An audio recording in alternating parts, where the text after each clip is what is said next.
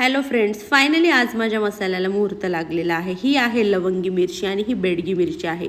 3 kilo लवंगी मिरची घेतलेली आहे, 1 किलो बेडगी मिरची घेतलेली आहे। बाकीचा हा त्याच्या मापाने हा सगळा गरम मसाला आहे। हा आपण चिरून ठेवलेला 4 किलो कांदा आहे वाळून।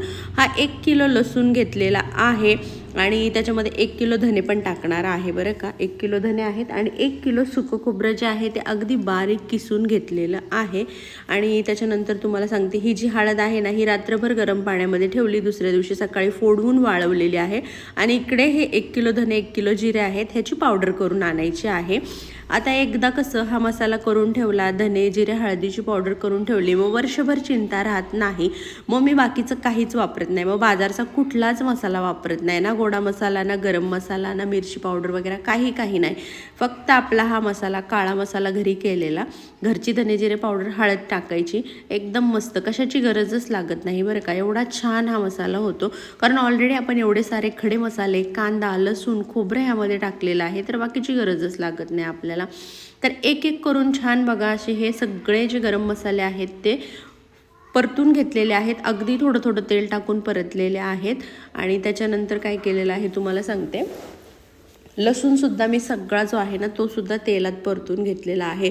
खोबरं, एकदम खोबरं पण बारीक किसल्यामुळे त्याला पण अगदी थोडंसं तेल लागलं, त्यामुळे ते सुद्धा खोबरं परतून घेतलं। आणि कांदा जो आहे तो आपण एवढा छान पातळ पातळ पातळ चिरलेला होता आणि त्याच्यामुळे तो पण लवकर कमी तेलामध्ये लगेचच परतला गेलेला आहे आणि एकदम ब्राऊन कलरमध्ये छान असा कांदा सुद्धा परतला गेलेला आहे। आता हे जे सगळे मसाले, ह्याला मी सगळे खडे मसाले ह्याच्याप्रमाणे 4 किलोच्या प्रमाणे वापरलेले आहेत। आणि सगळ्यात महत्त्वाचा टास्क म्हणजे हे मिरची भाजायचं। बापरे, हा एवढा ठसका वगैरे, नाकातून डोळ्यातून पाणी, म्हणजे डेंजर। चला, आता मसाले तर भाजून झालेले आहेत, सगळे मिरच्या भाजून झालेल्या आहेत, खोबरं वेगळं ठेवलंय, लसूण वेगळा ठेवलाय, कांदा वेगळा, बाकीचे खडे मसाले एकत्र केलेत। मिरची एका डब्यात, एका पिशवीत भरणार आहे, खडे मसाले एका आणि बाकी सगळं। आणि हे सगळं झाल्यानंतर 1 लिटर तेल मात्र जे आहे ते कडकडीत तापायला इकडे ठेवलेलं आहे। मसाले भाजल्याच हे तेल तापलं कडकडीत, त्यानंतर गार करून ठेवलं। ते कशासाठी, तर आता तुम्हाला सांगते। तेल तापून ठेवलं, ते गार होते, तोपर्यंत मिरची कांडून आणली, मसाला वाटून आणला आणि संध्याकाळी मसाला गार झाला, तेल गार झालं, त्यानंतर मग मी ह्या तेलामध्ये हे 1 लिटर तेल जे आहे ते थोडं थोडं करून टाकणार आहे आणि एकदम मिक्स करणार आहे।